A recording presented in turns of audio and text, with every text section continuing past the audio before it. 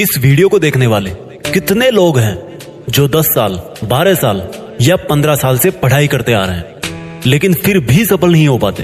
और सफल क्यों नहीं हो पाते वो आपको इस वीडियो के लास्ट में समझ में आ जाएगा।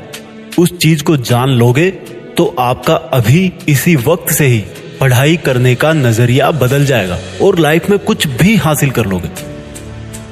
एक बाप अपने बेटे को हमेशा पढ़ाई करने के लिए बोलता था। बेटे का बिल्कुल मन नहीं करता था पढ़ाई करने को। बेटा परेशान था, क्या करूं?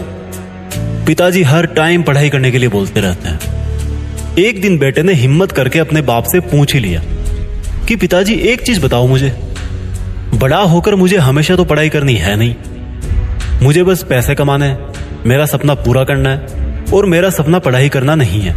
मैं तो कुछ और करना चाहता हूँ, डांस सीखना चाहता हूँ, म्यूजिक सीखना चाहता हूँ, दुनिया घूमना चाहता हूँ। इसलिए पिताजी मुझे ये समझ में नहीं आता कि आप मुझे बार बार मेरे सपनों को ना समझकर पढ़ने के लिए क्यों बोलते हो। पिताजी ने कहा कि बेटा बात तो सही है तुम्हारी, क्योंकि किसी टाइम मैं भी तुम्हारी तरह पढ़ाई करने से रोता था, लेकिन मुझे एक चीज बहुत देर से समझ में आई और मुझे आज यह समझ में आ गया कि वो चीज मुझे तुम्हें बता देनी चाहिए। बेटे ने पूछा क्या?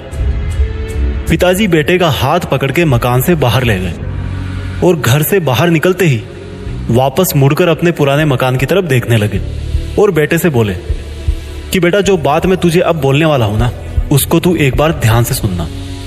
ये जो अपना पुराना मकान दिख रहा है ना, एक बार ये सोचना कि ये पुराना मकान नहीं, इसकी जगह पे एक बहुत मंजिलों वाली इमारत है और उस इमारत की हर मंजिल, हर फ्लोर वैसे ही है जैसे तेरे सपने हैं, पैसे कमाना, दुनिया घूमना वगैरह वगैरह। और तेरा ध्यान भी इन्हीं ऊंची ऊंची मंजिलों पर है। पर ये बता, इतनी बड़ी बिल्डिंग खड़ी किस पे करेगा? हवा में बनाएगा? जमीन पे ही बनाएगा ना। और जब जमीन पे बनाएगा तो सबसे पहले तुझे नींव भरनी पड़ेगी। जितनी मजबूत तेरी नींव होगी उतनी ही बड़ी बिल्डिंग तू बना पाएगा। सपनों वाली फ्लोर तो उसके बाद बनेगी। और अगर तू यह बोले कि मुझे तो सिर्फ मकान से मतलब है, मैं नींव क्यों भरूंगा, तो ऐसे कैसे बिल्डिंग बनेगी? ठीक उसी प्रकार से तेरे सपनों को पूरा करने के लिए तुझे आज अपनी मेहनत से एक बहुत मजबूत नींव भरनी पड़ेगी। और जितना ज्ञान तू हासिल करेगा उतना ही अपने सपने पूरे कर पाएगा। बेटे की आंख में आंसू आ गए।